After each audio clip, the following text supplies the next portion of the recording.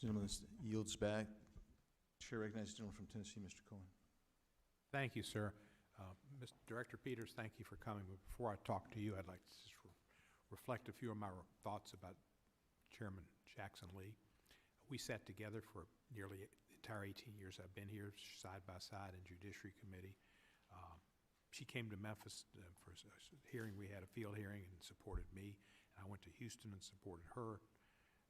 She was a dynamic figure who was one of a kind. She was a force, and she was a force that soaked up as much information as she could to help her people and justice as she saw it, and did a marvelous job in Congress, and she will certainly be missed. She was something else. Director Peters, let me ask you this. I've not caught a lot of the hearings, so if I'm asking anything that's been asked before, just let me know that. Following up on the governor's questions, what does a person get when they're released from prison right now? They're talking about this card. What's such a big deal about giving somebody a card? It's such a big deal because it's a barrier to so many things, to getting a bank account when you get out, to being able to show a formal ID, to rent an apartment. Oh, I can see that yeah. they need it, but why is it such a problem to give it to them? It's been a barrier on so many levels because the way that individuals get IDs when they get into the community is to the Department of Motor Vehicles. But if you've been incarcerated for a while, you might not have that Social Security card, you might not have that birth certificate. And so now the Federal Bureau of Prisons employees spends time sleuthing and getting those documents so that they do have them when they leave. And then they also have an official ID that is being accepted in 26 states as these individuals come back into our communities. And then when they leave the prison system, are they just taken out the prison doors and released, or are they given transportation back home? How does that handle? So the majority of them not only receive transportation, but they receive transportation to a residential reentry center or to home confinement. So I think the ability to take people who are still serving a sentence and have a step down for them in the community really proves beneficial, so that they have a safe environment to try to reenter, but with wraparound services around them.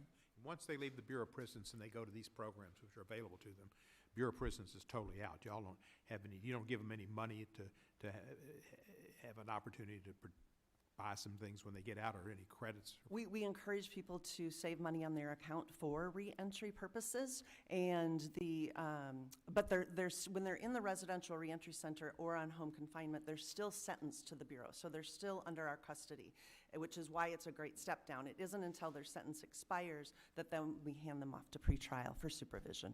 Or probation for supervision. On Saturday, I went to Payne's Barbecue in Memphis, and a man came up to me, and after shaking my hand for the longest period of time I've ever had my hand shaken, big man. Anyway, he came up to me afterwards at lunch, and he said, I just spent 15 years in the federal system, and I want to start a reentry program. How does somebody start a reentry program for federal prisoners? So they would be able to reach out to our procurement staff and be able to share kind of what their reentry idea is, and our procurement staff would be able to point them in the right direction. So they go to the Federal Correctional Facility in Memphis? No, I would refer them to our procurement staff at headquarters. Okay, okay. They need something, and Representative Armstrong was getting close to it, and the idea that they just can't leave them there. They need help, and so they don't commit crimes when they're released. Has there been any privatization of any federal services, prisons? So we had engaged in 11 contracts with private prisons, but based on the President's executive order, we no longer engage in any of those contracts. I'm not for private prisons. I think it's the government's responsibility. A lot of states have done it. What's been your experience with private prisons? So I'm previously the director of the Oregon Department of Corrections, and that was actually statutorily prohibited in Oregon, so it wasn't something I was familiar with there. And then, of course, the executive order was in place when I arrived in this role, and we successfully complied with the executive order's time frame and ended those contracts. Thank you. Compassionate release, that's a program I've been interested in as well. What have you done to streamline the compassionate release program and get more people that are old as hell, who not going to be able to or want to commit a crime again out of the system and home.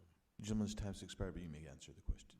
Thank you. Then, in the interest of time, I'll say I think the most prominent expansion that we've engaged in this last year has been to be able to include confirmed victims of sexual assault inside our institutions for compassionate release. That was part of the U.S. sentencing I might have guidelines missed that. changes. You say victims of sexual assault? Okay. Confirmed victims of sexual assault on our watch, that they're now able to apply for. And then I think it's important for the committee to understand, I can recommend to the courts for compassionate release, but that decision ultimately rests with the courts. But I think that's a really important expansion of compassionate release that we've engaged in this last year. If I may, with Gentleman's time has expired.